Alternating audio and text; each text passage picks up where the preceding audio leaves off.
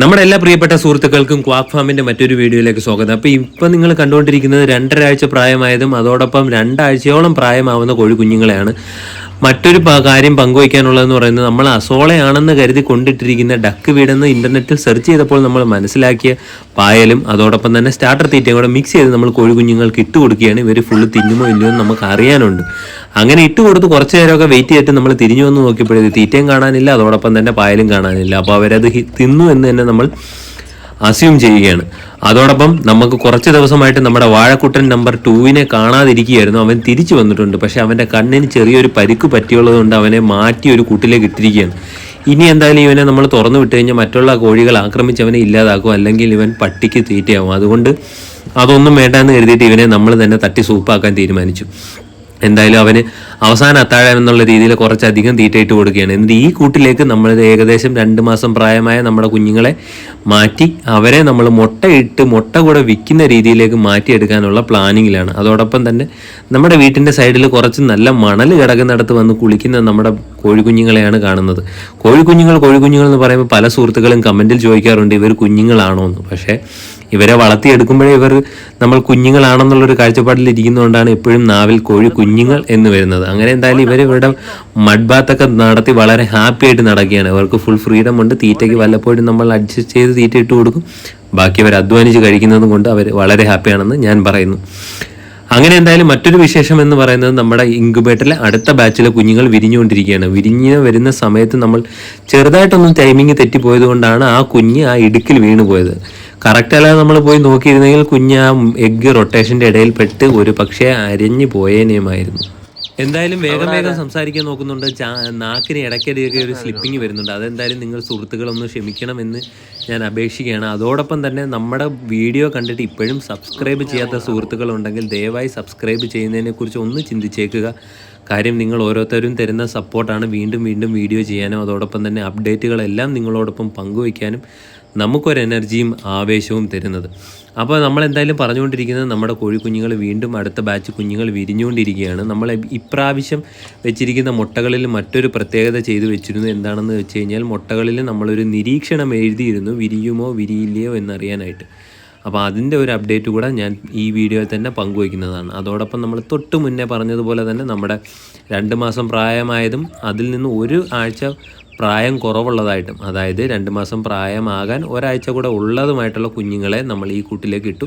അതോടൊപ്പം തന്നെ നമുക്ക് 4 പേരായിട്ട് സെപ്പറേറ്റ് കിടന്ന് ഏകദേശം 4 മാസത്തോളം പ്രായമായ 4 കുഞ്ഞുങ്ങളെ ഇതിലേക്ക് ഇട്ടു. അപ്പോൾ ഇവരെ നമുക്ക് വളർത്തിയെടുത്ത് ഇനി മുട്ട കൂടെ നമ്മൾ കുഞ്ഞുങ്ങളെ വിൽക്കുന്നതിനോടൊപ്പം വിൽക്കാനാണ് നമ്മുടെ മറ്റൊരു ശ്രമം.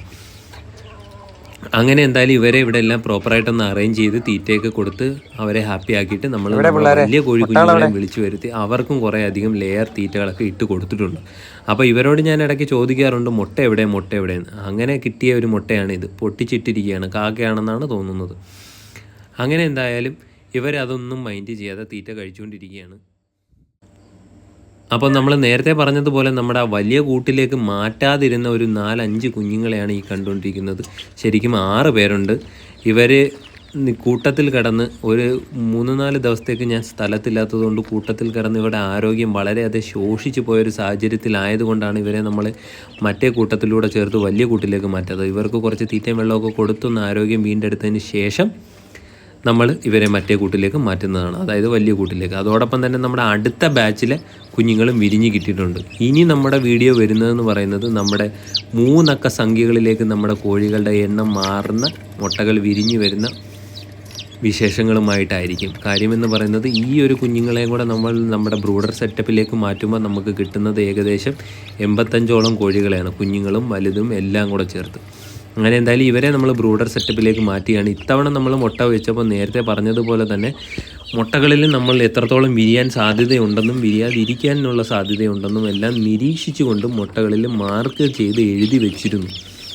കാരണമെന്ന് പറയുന്നത്, ഏത് മുട്ട വിരിയും ഏത് മുട്ട വിരിയില്ല എന്ന് നമുക്ക് തിരിച്ചറിയാൻ പറ്റിക്കഴിഞ്ഞാൽ വിരിയാത്ത മുട്ടകൾ നമുക്ക് മുട്ടയ്ക്ക് വേണ്ടി കച്ചവടം ചെയ്യാനും അതോടൊപ്പം തന്നെ വിരിയുന്ന മുട്ടകൾ മാത്രം ഇൻക്യുബേറ്ററിൽ വയ്ക്കാനുമുള്ളൊരു സാധ്യത വരും. നമുക്ക് കൂടുതൽ ലാഭവും കൂടുതൽ മുന്നേറാനും സാധിക്കുന്നതാണ്. പക്ഷേ വളരെ കഷ്ടമെന്നല്ലാതെ പറയാൻ പറ്റില്ല. കാര്യമെന്ന് വെച്ച് കഴിഞ്ഞാൽ നമ്മൾ എഴുതി വെച്ചിരിക്കുന്ന മുട്ടകൾക്കെല്ലാം തലതിരിച്ചാണ് സംഭവിച്ചത്. അതായത് വിരിയാൻ സാധ്യതയുണ്ടെന്ന് നിരീക്ഷിച്ച മുട്ടകൾ അധികം വിരിയാതിരിക്കുകയും അതോടൊപ്പം തന്നെ വിരിയില്ല എന്ന് നിരീക്ഷിച്ച മുട്ടകൾ കൂടുതൽ വിരിയുകയുമാണ് കണ്ടുവന്നിരിക്കുന്ന ഒരു പാറ്റേൺ. അപ്പോൾ കഴിഞ്ഞ വട്ടം നമ്മൾ എടുത്ത തീരുമാനത്തിൽ നിന്ന് വ്യത്യസ്തമായുള്ള രീതിയിൽ ചിന്തിച്ചിട്ട് വേണം ഏത് വിരിയും ഏത് വിരിയില്ല എന്നുള്ള ഒരു തീരുമാനത്തിലേക്ക് നമ്മൾ ഇനി മുതൽ എന്തായാലും എത്താൻ.